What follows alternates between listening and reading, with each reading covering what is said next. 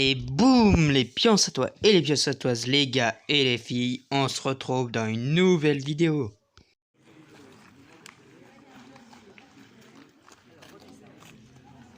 Alors, comme vous le savez sûrement, la partie Renaissance, c'est une période de l'histoire, mais c'est aussi un grand mouvement artistique.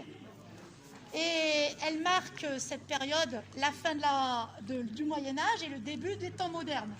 Dans l'histoire, tout le monde le sait à peu près, ça. Alors, le berceau de la Renaissance, c'est quel pays? C'est l'Italie. L'Italie avec des grands noms, que vous avez peut-être entendu ou parcouru dans les livres d'histoire, Leonardo da Vinci, etc. Donc des grands architectes, des peintres, etc. Et le berceau de la Renaissance, c'est l'Italie, mais donc bien sûr ça se propage avec le temps donc dans les autres pays d'Europe, et notamment en France. Et ça démarre au XVe siècle jusqu'au début du XVIIe siècle. Voilà. Alors, d'abord, propriété de Guy Aubert, je pense que monsieur et madame Charles vous l'ont dit. Donc, la seigneurie de Pionçal est achetée en 1482 par un certain Jacques de Chazeron, qui était à l'époque maître d'hôtel du roi Louis XI.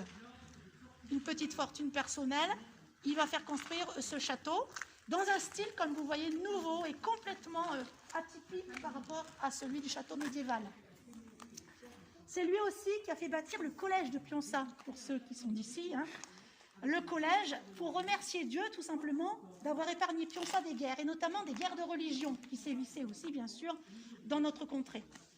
Alors, il engage, ce Jacques de Chazeron, des travaux conséquents, pour rendre, d'une part, ce château une demeure, faire de ce château une demeure confortable, mais aussi pour marquer sa puissance, bien sûr. Donc, ce château sera unique en Auvergne, de par son architecture, de par ses décorations, etc. Les murs sont différents du Moyen-Âge, comme vous avez pu le constater.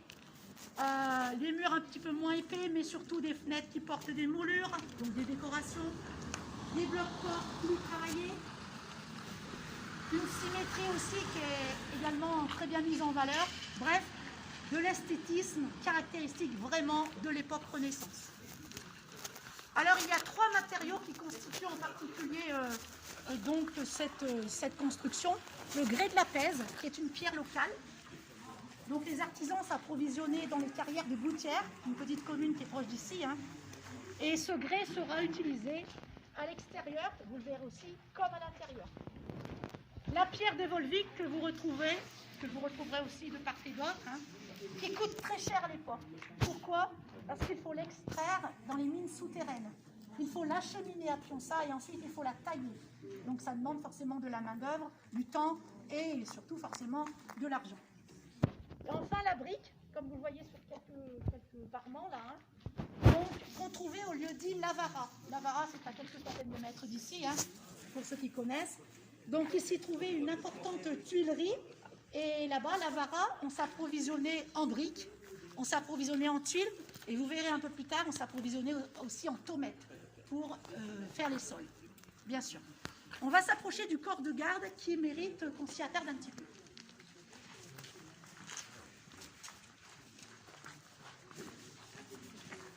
Alors, c'est notre porche.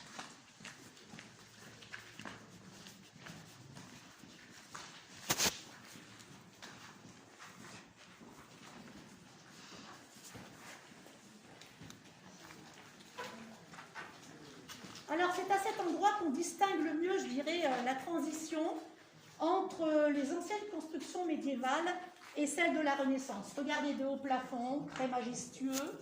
Vous verrez aussi dans les cuisines de la Renaissance, c'est pareil. Et puis, on constate quelque chose qui est important, c'est le problème de hauteur. Regardez de part et d'autre, en particulier là sur la droite, vous avez ce qu'on appelle des meurtrières. Vous les voyez, ces meurtrières? Voilà. Eh bien, vous voyez bien que les meurtrières, elles permettaient jadis aux soldats, bien sûr, de tirer, mais debout. Et qu'est-ce qui se passe là, ici? Le sol a été remblayé. Et nous sommes en hauteur. De même, vous voyez de ce côté, là, la cheminée. C'était une cheminée, donc elle ne devait pas être aussi basse, naturellement. Donc, en effet, là, ici, on a ce souci du détail. On fait en sorte bien, que l'esthétisme soit naturellement privilégié par rapport à la défense, etc. Rien à voir avec l'autre style médiéval. Voilà, on va se diriger un petit peu plus loin, on verra un peu mieux. Les fenêtres, etc. Ah, c'est magnifique. Magnifique, d'ici. Très bien. On a pris une photo.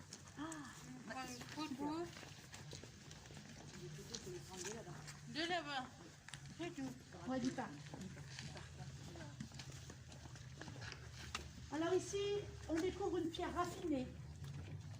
On découvre un décor vraiment de sculpture. On est vraiment dans l'art. Ici, vous voyez des pierres avec un bossage qu'on appelle vermiculé. Tout simplement, qu'on pouvait déjà découvrir en Italie. À l'époque, en Italie, on le pratiquait déjà, hein, on pratiquait déjà cette construction, hein, ce bossage vermiculé, en particulier à Florence. Et au-dessus des fenêtres, on remarque aussi une déco en pierre très sculptée, qu'on appelle le fronton. Et des fenêtres à meneaux. Qu'est-ce que c'est? Ce sont des baies qui sont divisées, regardez, hein, horizontalement et verticalement, par de la pierre de taille. Ça aussi, très typique de l'époque Renaissance. Alors, vermiculé, pourquoi? Parce que, vous voyez, hein, ça correspond un petit peu comme à des verres. Vous voyez? Il y a un Donc, autre château. on l'a appelé la pierre vermiculée. Il y a un autre château en France, je ne me rappelle plus comment il s'appelle, c'est tout. Ah ouais? Beaucoup, hein, Pas bon. C'est Renaissance, c'est typique de la Renaissance.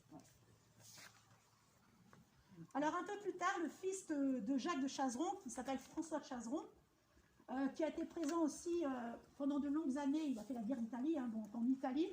Il a été aussi influencé par l'art de la Renaissance en Italie, et il va côtoyer, ainsi que ses descendants naturellement, de grands architectes de la Renaissance italienne, hein, et il va s'en inspirer énormément, par des photos, par des dessins, par des croquis, qu'il va bien sûr remettre ici en œuvre. Alors, ils ont eu beaucoup de projets, hein, faut le dire, hein, ces Chazeron, malheureusement, faute de finances, ils ne pourront pas continuer les travaux. Donc, on va s'arrêter, le château restera inachevé. Alors, il sera ensuite transmis en 1604 à Charlotte de Chazeron par mariage, et elle va l'apporter en dot à la famille de Chabannes. Donc, les deux Chabannes vont succéder à la famille de Chazeron. Voilà, Jacques de Chabannes épousera donc Charlotte de Chazeron. Donc en 1610, le château ne connaîtra plus de travaux du tout, faute encore une fois de finances. Voilà. Alors on va traverser le parc et je vais vous faire voir la tour Saint-Paul. Il y a un morceau qui manque là, une pierre là. Oui, bah ça, le temps se charge malheureusement hein, de faire quelques destructions. Alors, comme vous le voyez, les toits, la toiture, hein, bien sûr, beaucoup de la façade, ça a été rénové hein, par la municipalité depuis plusieurs années. Hein. On s'efforce de conserver l'authentique, tout en forcément restaurant pour que ça ne perd pas, hein, que le temps ne fasse pas son œuvre trop. Hein. Mais bon. On voit qu'il y a quand même des infiltrations. Hein. Voilà, c'est pas évident. Hein. Voilà.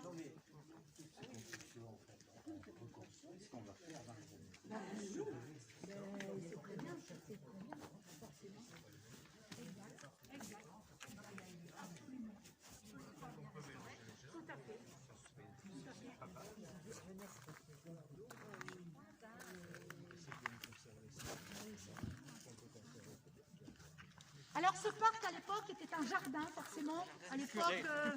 À l'époque c'était pas du tout un lieu de loisirs, un lieu de culture, un lieu voilà, où on pouvait se reposer, un lieu de balade. C'était surtout, il fallait s'alimenter. Donc c'était surtout un jardin spontané. Voilà. Voilà. Alors aujourd'hui c'est en pelouse, hein, c'est bien fait, mais à l'époque, pensez que c'était un jardin potager. Ouais, mais là, voilà encore de l'esthétisme. Là, on regarde l'esthétisme. Alors, en traversant ce parc, qu'est-ce qu'on voit? Eh bien, tout simplement, ce qui saute aux yeux, c'est d'abord cette tour carrée. Alors, en partie détruite entre 1720 et 1740, et qui n'a pas été reconstruite depuis. C'est la tour, sa fameuse tour Sainte-Anne. Voilà. Alors vous allez me suivre. et on va se diriger vers les cuisines du château Renaissance.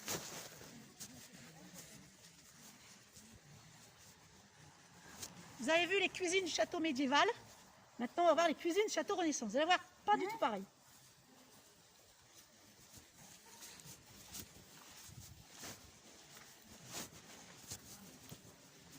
Alors, on voit à l'œil nu beaucoup de destruction, malheureusement.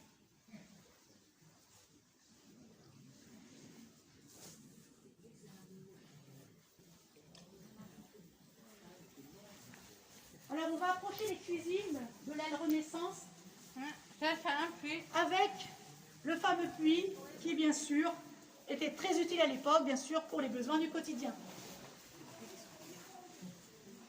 Et voici les cuisines composées de 2 parties semi-enterrées.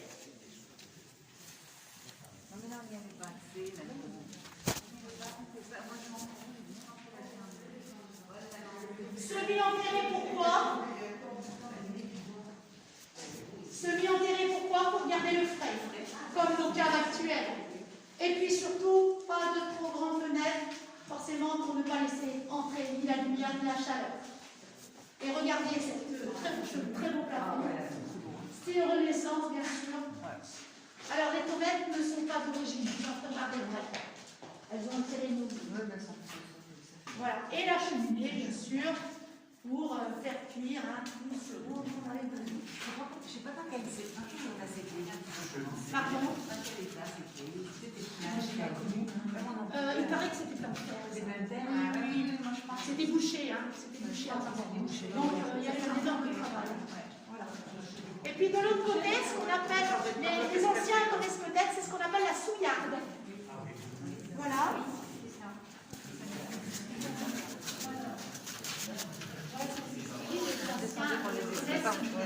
Vous retrouvez les mêmes plafonds en pierre.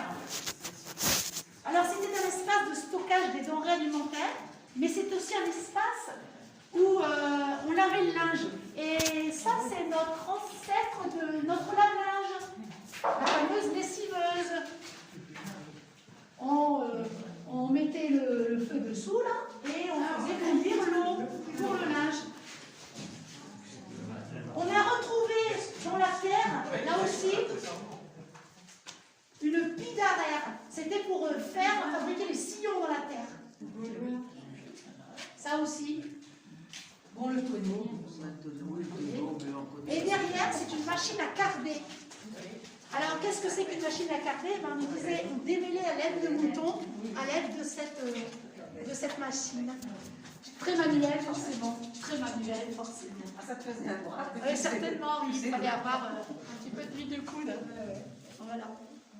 Alors, c'est dans ces cuisines, forcément, qu'on trouvait les jardiniers, qui apportaient forcément ce qu'ils avaient dans les jardins, les domestiques, les cuisiniers, forcément aussi, et puis les serviteurs, qui rejoignaient, comme on va le faire, qui rejoignaient, bien sûr, ensuite, les appartements seigneuriaux, avec les plats, etc. C'est bouché, ouais, parce que bon, c'est pas encore très bien entretenu.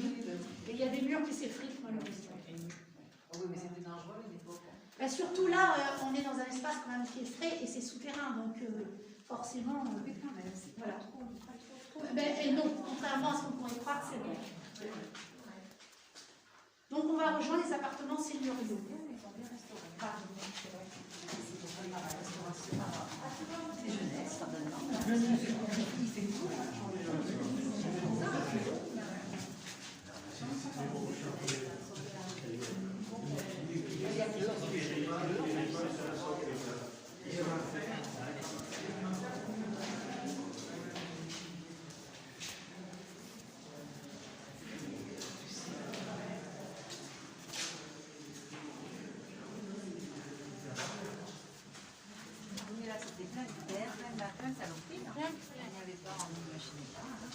Entrez, je vous en prie.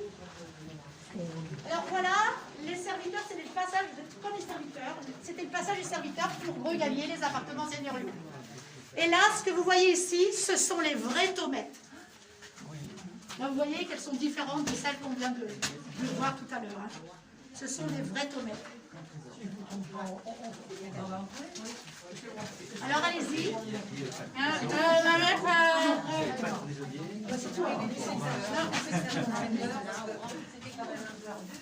Allez-y. Les gendarmeries.